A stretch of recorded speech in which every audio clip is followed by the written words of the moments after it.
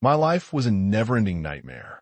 My parents had arranged my marriage to a man 3 times my age, and I was expected to obey without question.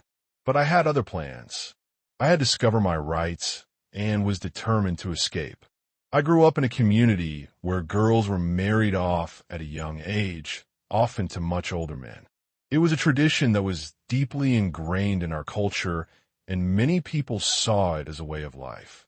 But I knew it was wrong, and I was determined to make a change. My name is Aisha, and I was just 15 when I found out about my arranged marriage. I was terrified, and I knew I had to act fast. I began to secretly gather information about my rights and the laws that govern marriage in our country. I spent hours in the library, poring over books and articles about women's rights and forced marriages. I discovered that I had the right to say no, and that I didn't have to go through with a marriage if I didn't want to. But it wasn't easy. My parents were determined to go through with the marriage, and they would stop at nothing to make it happen. They threatened me, intimidated me, and tried to break my spirit. They told me that I was their daughter, and that I owed it to them to obey their wishes.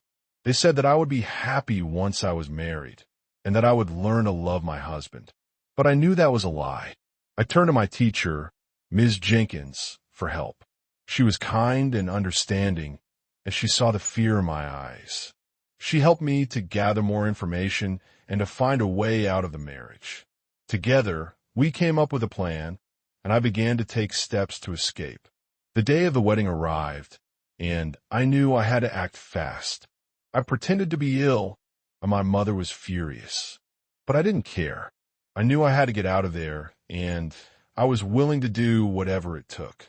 I made a run for it, escaping through a window and making my way to the bus stop. I was lucky to catch the bus, and I rode it to the courthouse.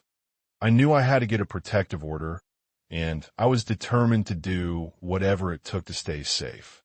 The courthouse was a blur, but I remember the judge's kind face and the sound of my own voice as I begged for help. I was granted a temporary protective order, and I knew I was one step closer to freedom. But my family wasn't giving up easily. They tracked me down, and I had to go into hiding. Ms. Jenkins helped me to find a safe place to stay, and I began to rebuild my life. I started attending school again, and I made new friends who knew nothing about my past.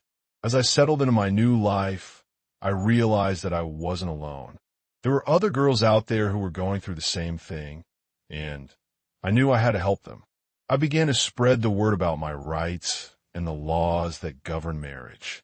I used hidden notebooks and secret messages to reach out to other girls, and slowly but surely, a network of supporters began to form.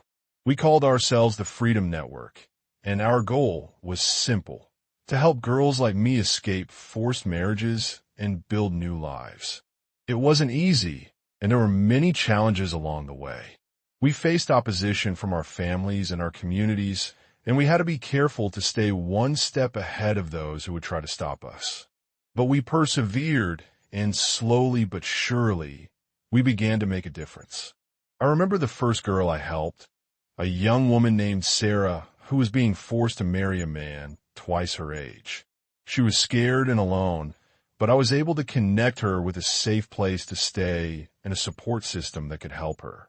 She was grateful, and I was proud of what we had accomplished. As the Freedom Network grew, we began to attract attention from local authorities and community leaders.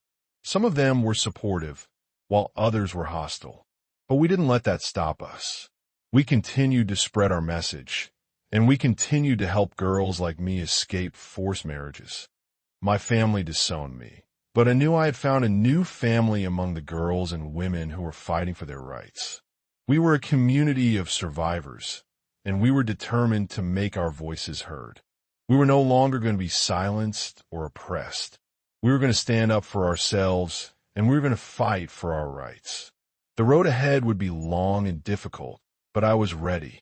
I knew that I had the power to change my own destiny, and I was determined to use that power to help others. I was Aisha, and I was not going to be silenced.